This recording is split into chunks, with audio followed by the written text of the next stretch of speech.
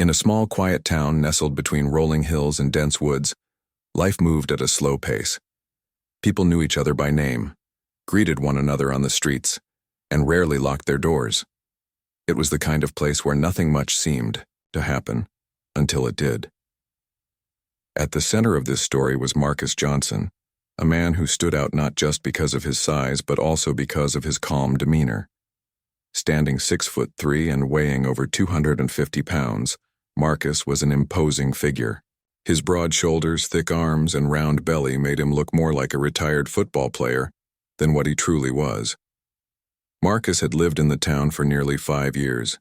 He ran a modest martial arts dojo on the edge of the neighborhood, teaching kids self-defense and discipline. To the townsfolk, he was simply the big guy who always wore a warm smile and spoke with kindness.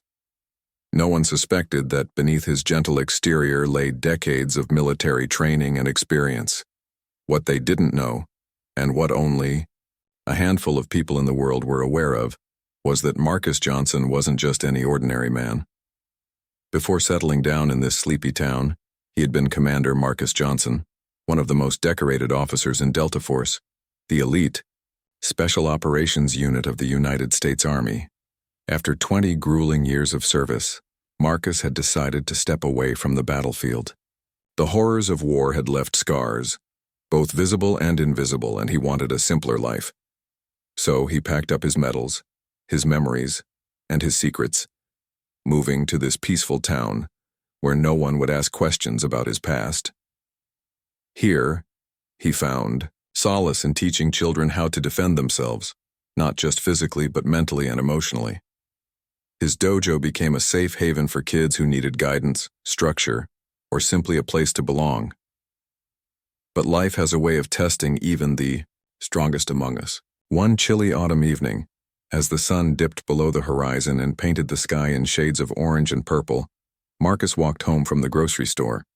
He carried 2 heavy bags filled with fresh vegetables, fruits, and ingredients for dinner.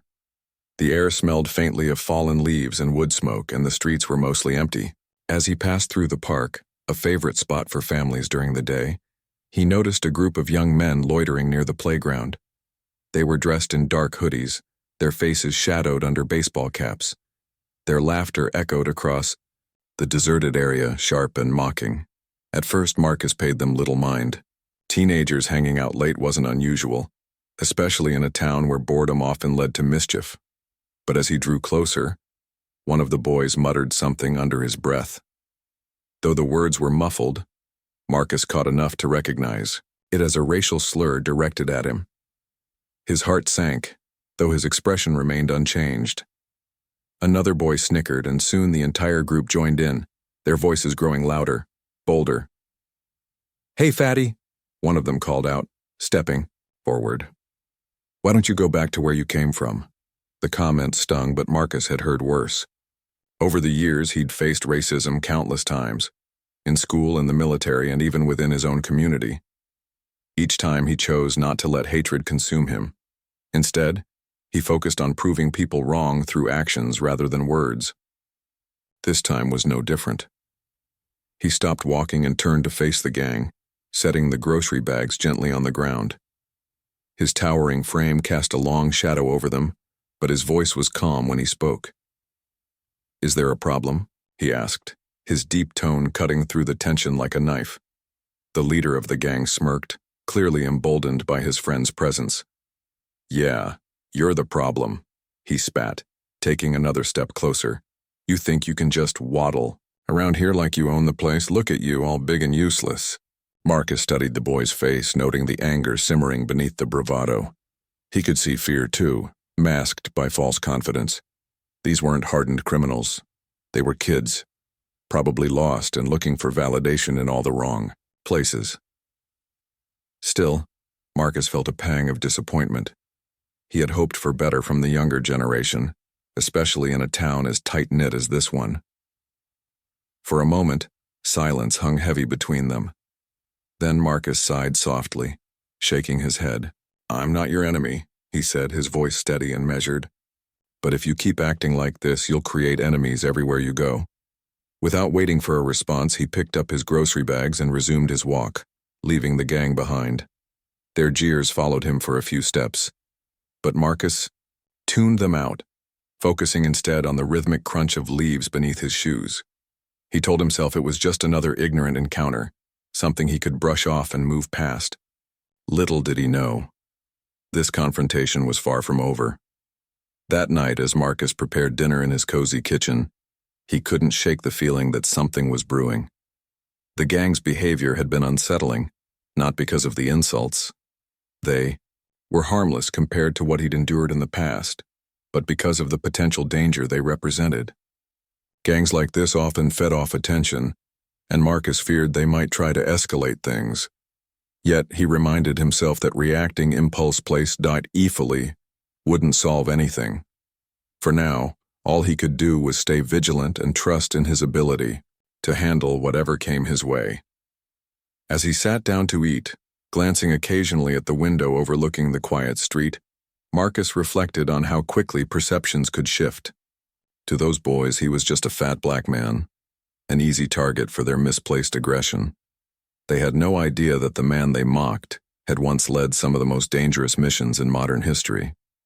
They couldn't comprehend the level of skill, strategy, and sheer willpower it took to survive in the world Marcus had left behind.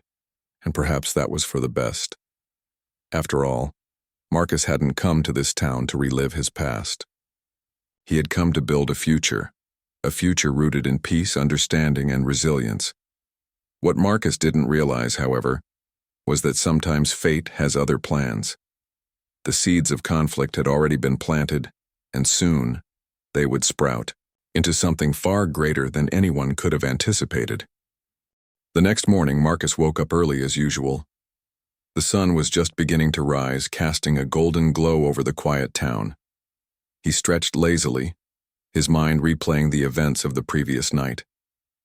Though he tried not to dwell on it, the gang's words lingered in the back of his head like an unwelcome guest. Still, Marcus wasn't one to let negativity take root. He reminded himself that ignorance was often a symptom of fear or lack of understanding, and while he couldn't excuse their behavior, he could choose how to respond. After a quick breakfast, Marcus headed to his dojo. The building was modest, but well-maintained, with large windows that let in natural light and walls adorned with motivational posters. A few students were already waiting outside when he arrived, their cheerful greetings lifting his spirits. Over the years, Marcus had grown close to many of these kids, seeing them not just as students, but as extended family. Today's class included a mix of beginners and advanced students, ranging from 8-year-olds to teenagers.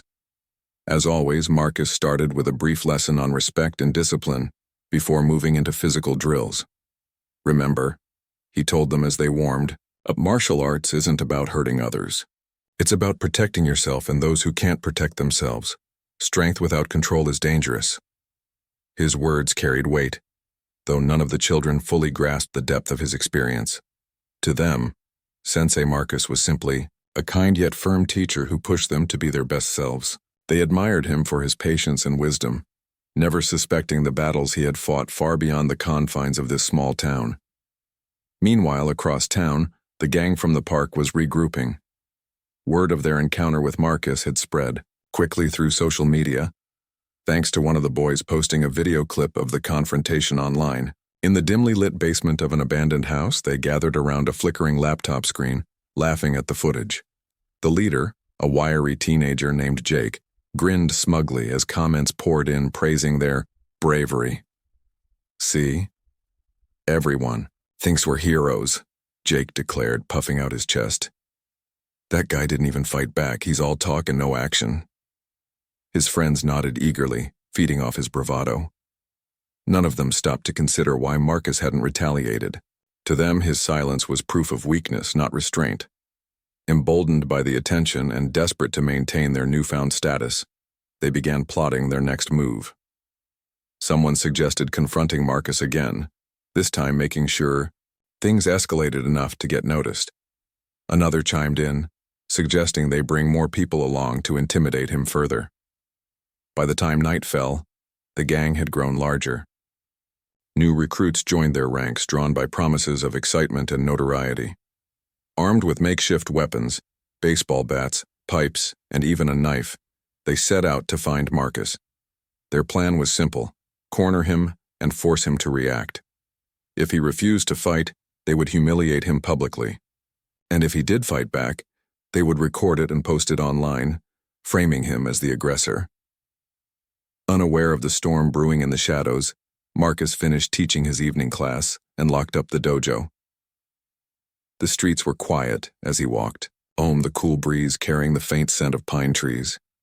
Halfway through his journey, he noticed movement ahead, a group of figures blocking his path. At first glance, he recognized some of the faces from the previous night, but this time they weren't alone. There were at least 10 of them now, their expressions hardened and hostile. Well, look who's here, Jake sneered, stepping forward. We've got unfinished business, fatty. Marcus stopped walking, his grocery bags dangling loosely from his hands.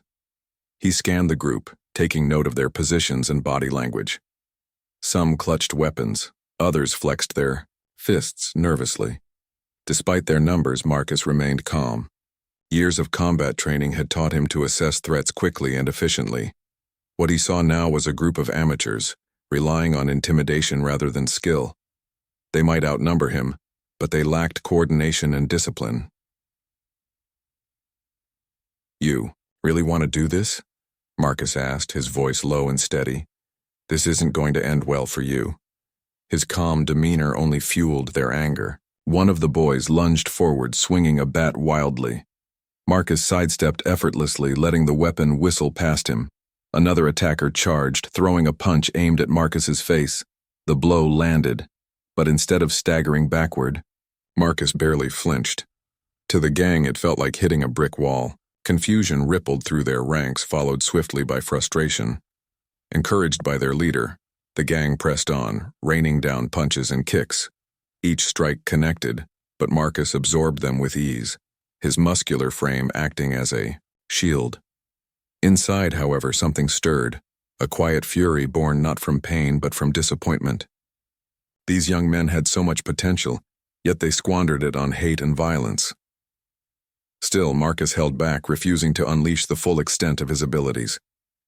Instead, he focused on enduring, waiting for the right moment to act. Then came the turning point. One of the attackers pulled out a knife, its blade glinting menacingly under the streetlight.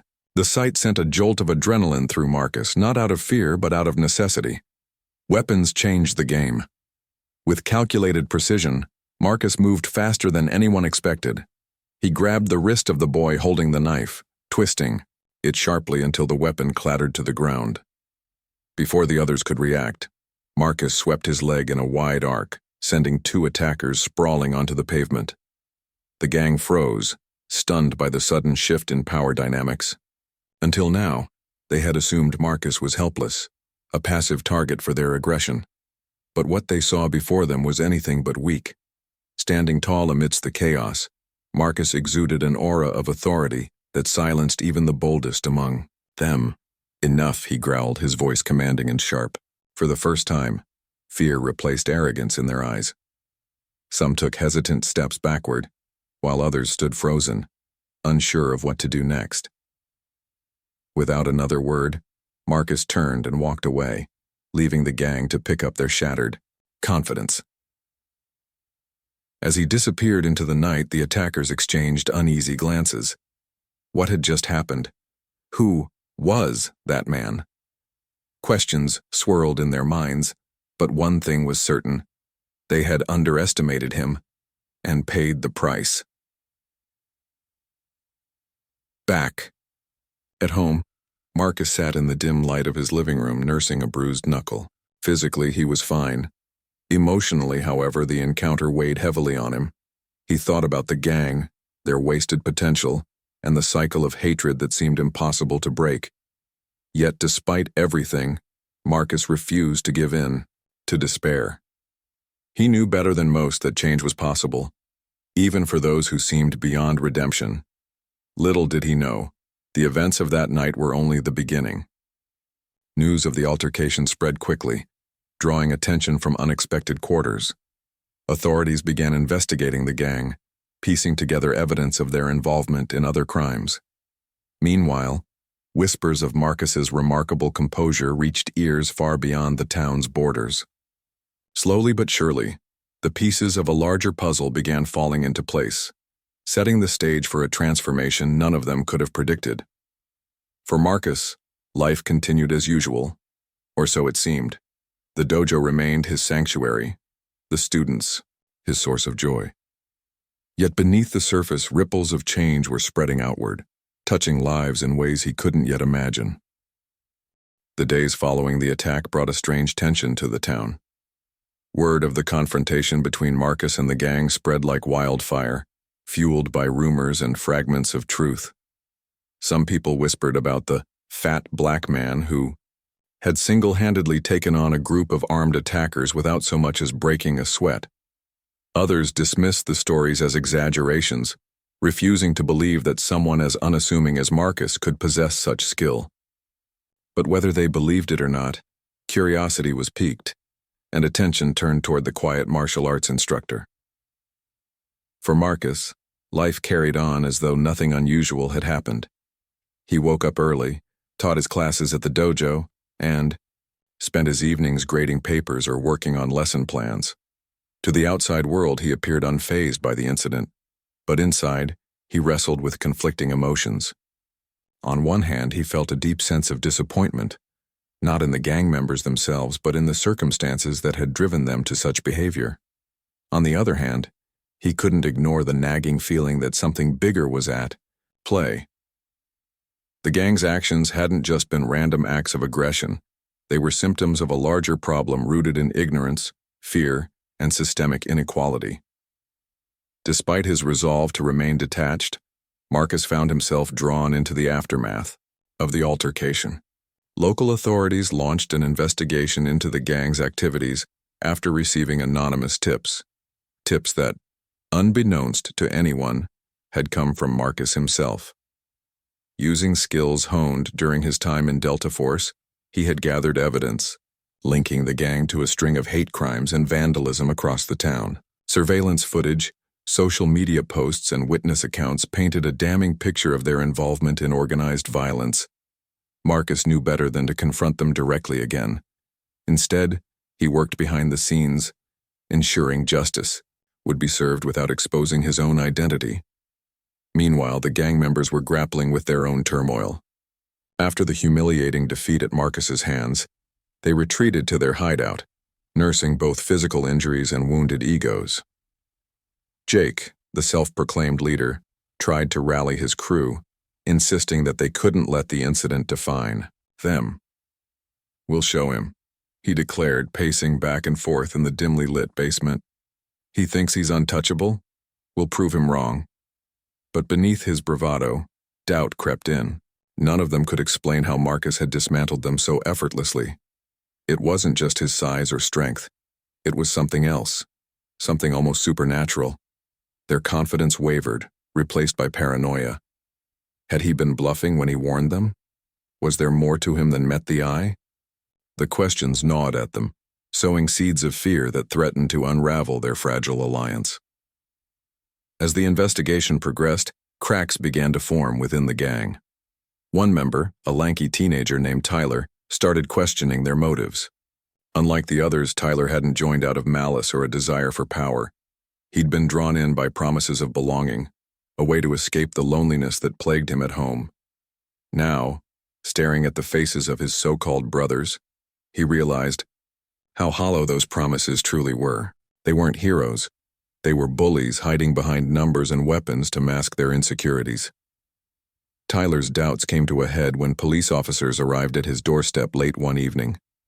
Shaking with nerves, he listened as they explained the charges against the gang and offered him a deal: cooperate with the investigation and he might avoid serious consequences. For hours, Tyler wrestled with the decision. Betraying his friends felt like crossing a line he couldn't uncross. Yet deep down, he knew it was the right thing to do. That night, he made the call that would change everything. Back at the dojo, Marcus remained blissfully unaware of the storm brewing around him. His focus stayed firmly on his students, teaching them not just techniques but values: discipline, respect, empathy. Each class began with a reminder: strength isn't about hurting others. It's about protecting yourself and standing up for what's right. The kids soaked up his words, idolizing him for his wisdom and kindness. To them, Sensei Marcus was a hero, a role model who embodied everything they aspired to be. One afternoon, as Marcus supervised a sparring session, he noticed a familiar face peeking through the window. It was Tyler, looking nervous but determined. Marcus stepped outside, closing the door softly behind him. "Can I help you?" he asked, his tone gentle yet firm. Tyler hesitated, shifting uncomfortably from foot to foot. Finally, he blurted out, "I'm sorry. For what we did. For everything." Tears welled up in his eyes as he recounted the events leading up to the attack and confessed his role in the gang's activities. He spoke of the fear, the peer pressure, and the emptiness that had driven him to join. By the time he finished, his voice was barely above a whisper. Marcus listened intently, his expression unreadable. When Tyler finally fell silent, he placed a reassuring hand on the boy's shoulder. "Apologies are a start," he said, "but real change comes from action. Are you ready to make things right?" Tyler nodded vigorously, relief washing over him. Over the next few weeks, Marcus became a mentor to Tyler, guiding him through the legal process and helping him rebuild his life. In return, Tyler provided crucial information to the authorities, leading to the arrest of several key gang members. As news of the crackdown spread, the town breathed a collective sigh of relief. Parents praised Marcus for his role in exposing the gang, though he downplayed his involvement, insisting he had merely done his duty. Yet even as the immediate threat subsided, Marcus couldn't shake the feeling that the root causes of the gang's behavior still lingered. Racism, poverty, and lack of opportunity continued to plague communities like his. If left unchecked, they would breed more groups like the one he had faced. Determined to address these issues, Marcus reached out to old contacts from his military days, seeking advice and support. One name stood out: Captain Lisa Monroe, a former Delta Force operative turned advocate for marginalized youth. Lisa arrived in town a month later, her presence commanding yet approachable. She and Marcus shared a long history, having served together on numerous missions. Over coffee, they discussed the challenges facing the community and brainstormed ways to create lasting change. Lisa revealed that she was working on a nationwide program aimed at mentoring at-risk youth, combining physical training with lessons on leadership, empathy, and conflict resolution. Inspired by her vision, Marcus agreed to collaborate, offering his dojo as a base for the initiative. Together, they launched workshops designed to empower young people, teaching them skills that extended far beyond martial arts. Participants learned how to channel their energy positively, build healthy relationships, and navigate difficult situations. The program quickly gained traction, drawing support from local leaders, schools, and organizations. For many kids, it became a lifeline, a chance to break free from cycles of violence and despair. As the months passed, Marcus watched with pride as the program transformed lives. Former troublemakers found purpose. Shy children blossomed into confident individuals. Even some of the gang members, now serving sentences or seeking redemption, expressed interest in turning their lives around. Through it all, Marcus remained humble, deflecting praise and focusing on the work ahead. One evening, as he sat on the porch of his modest home, Marcus reflected on the journey that had brought him here. From the battlefields of war zones to the quiet streets of this small town, his path had been anything but predictable. Yet amidst the chaos and challenges, he had discovered something profound. True strength wasn't about dominance or destruction. It was about resilience, compassion, and the courage to stand firm in the face of adversity. And so, the story of Marcus Johnson, the fat black man attacked by a racist gang, continued to unfold. What had begun as an act of hate had evolved into a movement of hope, proving that even in the darkest moments, light could prevail. For Marcus, the fight wasn't over, but he knew, with certainty, that every step forward mattered. The success of the mentorship program brought a renewed sense of purpose to Marcus's life. Each day felt like planting seeds in fertile soil, knowing that with time and care, they would grow into something meaningful. The dojo buzzed with activity as more and more kids joined the workshops. Some came because their parents encouraged them. Others arrived out of curiosity or desperation. Regardless of their reasons, Marcus welcomed them all with open arms, treating each child as an individual with unique potential. Lisa Monroe became a regular presence in the dojo, her energy infectious and inspiring. Together, she and Marcus developed a curriculum that blended physical training with lessons on emotional intelligence and critical thinking. They taught the kids how to recognize anger, not as something to suppress, but as a signal to pause and reflect. Anger isn't bad, Lisa often said during sessions. It's what you do with it that matters. Her words resonated deeply, especially among teenagers who had spent years bottling up emotions or lashing out impulsively. One of the most transformative aspects of the program was its emphasis on storytelling. Every Friday evening, Marcus or Lisa would share personal anecdotes from their lives, highlighting moments of struggle and triumph. Marcus spoke candidly about his own experiences with racism and discrimination, describing how he had learned to rise above hatred without letting it define him. His stories weren't just tales of survival, they were blueprints for resilience, showing the kids that even the hardest battles could be won with patience and perseverance. Among the participants, Tyler stood out as a shining example of change.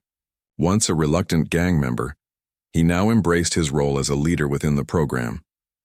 With Marcus's guidance, he channeled his guilt and regret into action, mentoring younger students and organizing community outreach events.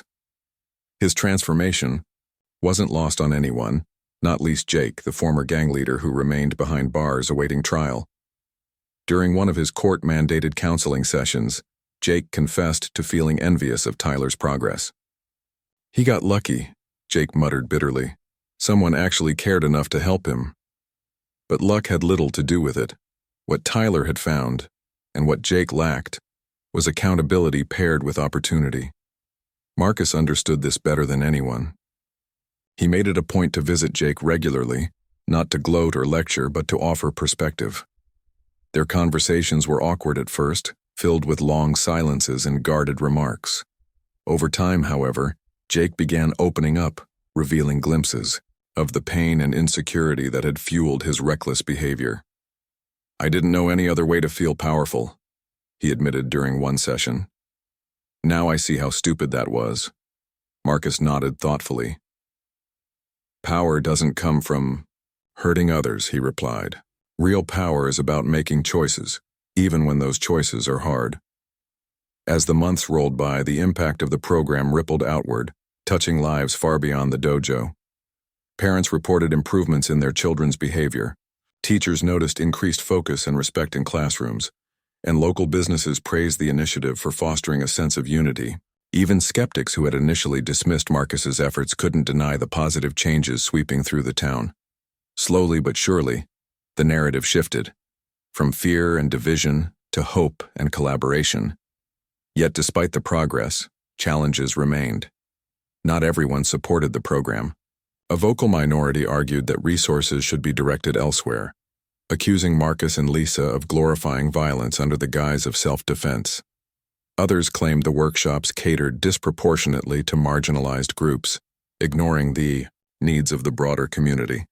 These criticisms stung, though Marcus refused to let them derail his mission. "Change always meets resistance," he reminded Lisa during one particularly frustrating meeting. "The important thing is to keep moving forward." To address these concerns, Marcus organized open forums where residents could voice their opinions and ask questions. He invited local leaders, educators, and law enforcement officials to participate, creating a platform for dialogue and understanding. The discussions weren't always easy. Emotions ran high and old prejudices occasionally surfaced, but they were necessary. By confronting issues head-on, the town took another step toward healing. Amidst the chaos, Marcus found solace in small victories. One such moment occurred when a shy 9-year-old named Mia earned her first belt promotion. Tears streamed down her face as Marcus placed the white and yellow striped sash around her waist. "You've worked so hard for this," he told her, his voice thick with pride. "Never forget what you're capable of." Moments later, Mia threw her arms around him in a tight hug, whispering, "Thank you, Sensei." That night, as Marcus had walked home under a canopy of stars, he reflected on Mia's gratitude. It wasn't the first time someone had thanked him, nor would it be the last. But there was something profoundly humbling about seeing the tangible results of his efforts. A young girl discovering confidence she never knew she had. For Marcus, that was worth more than any medal or accolade. Meanwhile, Lisa continued expanding the program, reaching out to neighboring towns and cities. Her vision extended far beyond martial arts. She envisioned a network of safe spaces where youth could learn, grow, and thrive. With Marcus's blessing, she secured funding from nonprofit organizations and corporate sponsors, ensuring the initiative's sustainability. "We're building something bigger than ourselves," she told him one evening. "Something that will outlast us." Marcus smiled, warmed by her optimism. Though he preferred to stay grounded in the present, he couldn't deny the truth in her words. The seeds they were planting today would bear fruit for generations to come. And while he might never see the full extent of their impact, he trusted that the values they instilled, respect, empathy, and resilience, would endure. Bakue. At the dojo, preparations were underway for the annual showcase, an event designed to celebrate the students' achievements. Posters adorned the walls announcing performances ranging from sparring demonstrations to choreographed routines. Behind the scenes, Marcus and Lisa worked tirelessly, coordinating logistics and rehearsing participants. Despite the stress, there was an air of excitement, a shared anticipation of what lay ahead. On the day of the showcase, the dojo overflowed with spectators. Families packed the bleachers, cheering enthusiastically as each student took the stage. When Tyler stepped forward to deliver a speech about his journey, the room fell silent. His voice trembled at first, but as he spoke, it grew stronger, filled with conviction. "I used to think I was worthless," he admitted. "But Sensei, Marcus showed me that I'm not. None of us are. We all have value, no matter where we come from or what mistakes we've made." The crowd erupted into applause, many wiping away tears. Marcus stood off to the side, watching quietly. Though he avoided the spotlight, he couldn't escape the swell of emotion rising in his chest. This was why he had stayed in the town, why he had chosen to dedicate his life to teaching. Not for fame or recognition, but for moments like this, for the chance to make a difference, one person at a time. As the showcase drew to a close, Marcus addressed the audience, his deep voice resonating through the room. "Today isn't just about celebrating accomplishments," he said. "It's about reminding ourselves of our potential. Every single one of you has the power to shape your future, to choose kindness over cruelty, courage over fear. Remember that, and you'll accomplish great things." His words lingered in the air long after the event ended, echoing in the hearts of those who heard them. For Marcus, the road ahead was still uncertain, fraught with obstacles and unknowns. But as he looked around at the smiling faces of his students, their eyes shining with possibility, he knew one thing for certain: the fight was worth it. The months following the showcase marked a turning point for Marcus in the community. The dojo had become more than just a place to learn martial arts. It was now a beacon of hope, a symbol of transformation. People from neighboring towns began visiting, eager to witness firsthand the changes that had taken root. Journalists arrived too, curious about the man behind the program and the stories of redemption emerging from his students. Yet despite the growing attention, Marcus remained steadfast in his mission, refusing to let external pressures distract him. One crisp autumn morning, as golden leaves swirled in the breeze, Marcus received an unexpected visitor. Standing on his doorstep was Captain Lisa Monroe, holding a folder filled with documents. Her expression was serious, tinged with excitement. "We've got something big," she announced, stepping inside without waiting for an invitation. Marcus raised an eyebrow but said nothing, gesturing for her to sit at the kitchen table. Lisa wasted no time getting to the point. I've been in talks with some influential people, politicians, educators, even corporate leaders.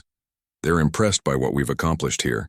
Some want to replicate the program nationwide. Marcus leaned back in his chair, his brow furrowed. Nationwide? That's ambitious. It's necessary, Lisa countered, her tone firm yet encouraging. What we're doing works, Marcus, you've proven that. Imagine the impact if we could reach kids in every corner of the country, not just this town. For a moment, Marcus didn't respond. He stared out the window, watching the sunlight filter through the trees. Expanding the program meant stepping into uncharted territory, exposing himself and his methods to scrutiny on a much larger scale. It also meant confronting old ghosts, parts of his past he had worked hard to leave behind. Still, he couldn't deny the truth in Lisa's words. If their work could save even one more child from falling into the same traps he had seen so many succumb to, it would be worth it. All right, he said finally, turning back to Lisa. But we do it my way. No shortcuts, no compromises. Lisa grinned, relief washing over her face. Deal. With renewed determination, they set to work drafting plans for the expansion. The first step was recruiting trainers, individuals who shared their vision and understood the delicate balance between discipline and compassion. Marcus insisted on personally vetting each candidate, ensuring they embodied the values he held dear. Many were former military personnel or law enforcement officers seeking a new purpose. Others were educators and social workers passionate about youth development.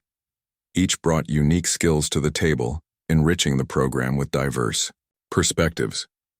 As word of the initiative spread, support poured in from unexpected quarters. Local businesses donated equipment and supplies, while volunteers offered their time and expertise. Even former skeptics softened their stance, acknowledging the undeniable positive impact the program had on the community. One businessman, who had initially criticized the dojo for focusing too much on troubled youth, approached Marcus with an apology and a sizable check to fund scholarships for underprivileged participants. Despite the progress, challenges persisted. Resistance came not only from outside critics but also from within the ranks of the program itself. Not everyone agreed with Marcus's methods, particularly when it came to dealing with difficult students. Some argued that stricter measures were needed to maintain order, while others felt the curriculum should focus less on physical training and more on academics. Balancing these differing opinions required patience and diplomacy, qualities Marcus had honed during his years in Delta Force. One such disagreement arose during a heated meeting with the newly formed advisory board. A member named Sarah, AEI, seasoned educator, voiced her concerns about the emphasis on martial arts. While I admire the discipline it instills, she began, we can't ignore the fact that some kids need academic support more than self-defense lessons. Marcus listened attentively, nodding as she spoke. When she finished, he leaned forward, his voice calm but resolute. Self-defense isn't just about fighting, he explained. It's about teaching kids how to protect themselves, not just physically but mentally and emotionally. Confidence breeds success, whether you're facing a bully or taking a math test. We're giving them tools to navigate life, not just survive it. Sarah hesitated, then nodded slowly. I see your point, she admitted. But perhaps we could incorporate tutoring sessions alongside the training? Marcus smiled. That's exactly what I had in mind. Collaboration became the cornerstone of the program's evolution. By incorporating feedback from all stakeholders, Marcus and Lisa ensured that the initiative remained inclusive and adaptable. Tutoring centers were established within the dojo, staffed by volunteer teachers and college students. Art therapy workshops provided creative outlets for children struggling to express themselves verbally, and outdoor adventure camps fostered teamwork and resilience, pushing participants out of their comfort zones in safe, supportive environments. Amidst the flurry of activity, Marcus found moments of quiet reflection. Late at night, after everyone had gone home, he would sit on the porch of his modest house, sipping tea and gazing at the stars. These moments reminded him of simpler times, of nights spent under open skies during his military days, contemplating life's complexities. Though the battles he fought now were different, they were no less significant. Each child saved from despair, each family reunited, each gang disbanded represented a victory against forces far greater than any enemy he had faced on the battlefield. One evening, as winter approached, Marcus received another surprise visitor. This time it was Tyler standing awkwardly at the edge of the driveway. Since joining the program, Tyler had grown taller and more confident, but tonight, he looked nervous. "Sensei?" he called softly, clutching a crumpled envelope in his hands. Marcus waved him over, inviting him to sit. "What's on your mind, Tyler?" Tyler hesitated before handing over the envelope. Inside was a letter, an acceptance notice from a prestigious university, offering him a full scholarship. Tears welled up in his eyes as he explained how the program had changed his trajectory, opening doors he never thought possible. "I wouldn't be here without you," he said, his voice breaking. "Thank you." Marcus placed a hand on Tyler's shoulder, pride swelling in his chest. "You did this, Tyler, not me. All I did was show you the path. You walked it yourself." The encounter left Marcus deeply moved. Stories like Tyler's reinforced his belief in the power of second chances.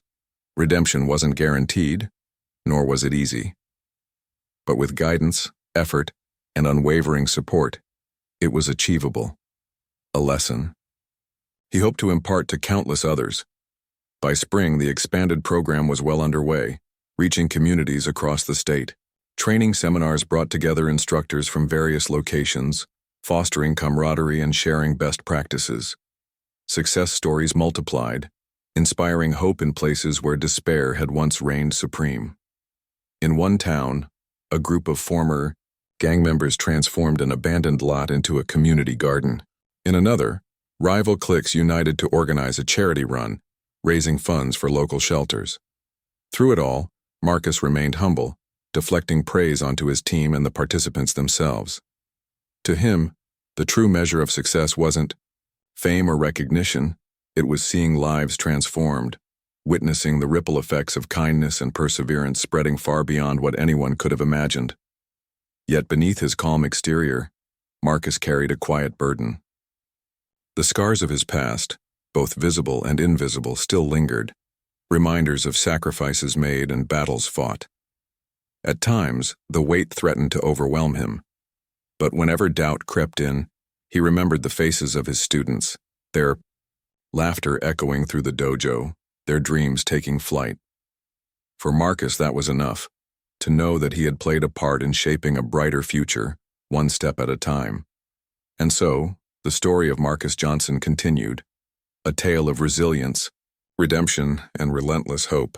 From the quiet streets of a small town to the wider world beyond, his legacy grew, touching lives in ways he might never fully understand. But for Marcus, the journey was its own reward, a testament to the enduring power of compassion, courage, and the unyielding belief that even the smallest actions could spark monumental change. As the years rolled on, Marcus Johnson's program became a household name, not just in his town but across the country. What had started as a small martial arts dojo had blossomed into a nationwide movement, touching the lives of thousands. The initiative, now called Rising Warriors, operated in dozens of cities, each location tailored to meet the unique needs of its community.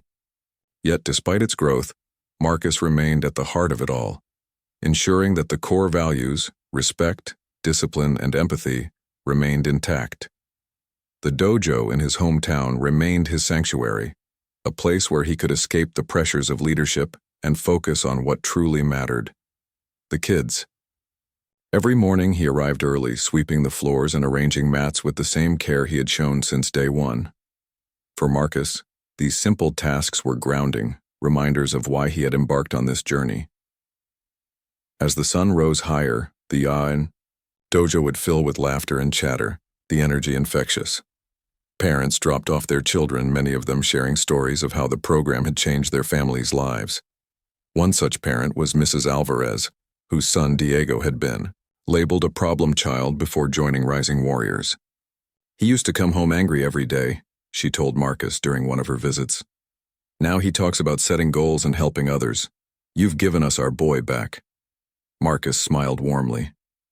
Diego did the hard work. I just gave him tools to find his way. Though he shied away from praise, Marcus couldn't deny the profound impact the program had made. Former gang members turned mentors, shy children blossomed into leaders, and fractured communities began healing. Even Jake, the former gang leader who had once taunted Marcus, found redemption after serving his sentence. Upon release, he reached out to Marcus, asking for a chance to prove himself. True to form, Marcus welcomed him back, not with judgment, but with an opportunity to contribute. Jake eventually became a peer counselor, using his experiences to guide others away from the path he had once walked. Despite the successes, Marcus knew the fight wasn't over. Racism, poverty, and inequality still loomed large, casting shadows over even the brightest victories. But instead of despairing, Marcus chose to focus on progress, however incremental. He often reminded himself and others that change didn't happen overnight. It was a marathon, not a sprint. One summer evening, as Marcus sat on his porch watching fireflies dance in the twilight, he received a call from Lisa Monroe. She sounded unusually excited. "Turn on the news," she urged. "You're going to want to see this." Curious, Marcus flipped on the television. The screen displayed footage of a massive rally in Washington, D.C., attended by thousands of people. At the center stood Tyler, now a college graduate and advocate for youth empowerment. With passion and eloquence, he spoke about his journey, from Asia, gang member to mentor, and credited Rising Warriors for saving his life. Behind him, banners bore the program's logo alongside messages of hope and unity. Tears welled up in Marcus's eyes as he watched Tyler address the crowd. "This isn't just my story," Tyler declared. "It's proof that no matter where you start, you can rewrite your future. All you need is someone to believe in you." The speech went viral, drawing national attention to Rising Warriors. Donations poured in, allowing the program to expand further. Schools invited Marcus and Lisa to speak at assemblies, while organizations sought partnerships to integrate their methods into existing frameworks. Through it all, Marcus stayed humble, deflecting accolades onto his team and participants. "It's not about me," he repeatedly said. "It's about the kids, their strength, their resilience, their potential." Yet privately, Marcus allowed himself moments of pride. One such moment came when he attended the graduation ceremony of the first nationwide cohort of Rising Warriors instructors. These individuals, trained under his guidance, were poised to carry the torch forward, spreading the program's principles to new corners of the world. As they lined up to receive certificates, Marcus felt a surge of gratitude for their dedication, for the sacrifices they had made, and for the countless lives they would touch. After the ceremony, Lisa approached him, beaming. "We did it, Marcus. Against all odds, we built something extraordinary." Marcus nodded, his voice thick with emotion. "No, you did it. I'm just glad I got to be part of it." In the months that followed, Marcus began scaling back his involvement, entrusting the program's future to the capable hands of those he had mentored. Though he continued teaching at the dojo and offering advice when needed, he yearned for quieter days. A chance to reflect on the road traveled and rest after decades of relentless effort. One crisp autumn morning, Marcus took a walk through the park where it had all begun. The playground buzzed with activity, children laughing as they swung from monkey bars and chased each other around. Sitting on a bench nearby was Tyler, holding a toddler on his lap. When he spotted Marcus, he waved enthusiastically. "Sensei," he called out, jogging over with the child in tow. "This is Mia," Tyler introduced, gesturing to the little girl. "My daughter." Marcus chuckled, kneeling down to greet the toddler. "Well, hello there, Mia. You're going to grow up strong, just like your dad." Tyler grinned, pride shining in his eyes. "Thanks to you." They talked for a while, reminiscing about old times and discussing plans for the future. Before leaving, Tyler handed Marcus a folded piece of paper. For you, he said simply. Back at home, Marcus unfolded the note. It was a drawing, a stick figure version of himself surrounded by smiling children. Scrawled across the top were the words, "Thank you for showing us the light." That night, as Marcus sat outside gazing at the stars, he reflected on his journey. From the battlefields of war zones to the quiet streets of a sleepy town, his path had been anything but predictable. Yet, amidst the chaos and challenges, he had discovered something profound. True strength wasn't measured by medals or accolades, but by the lives touched and transformed along the way. Marcus knew his legacy would endure, not because of statues or headlines, but because of the seeds he had planted. Seeds of hope, courage, and resilience that would continue growing long after he was gone. And though he preferred to stay out of the spotlight, he took comfort in knowing that his story, a story of rising above hatred and choosing compassion, would inspire generations to come. As the wind rustled through the trees, carrying whispers of gratitude from those he had helped, Marcus closed his eyes and smiled. His work here was far from finished, but for now, it was enough. Enough to know that even in darkness, light could prevail, and that sometimes the greatest victories were the ones fought silently, with love and perseverance.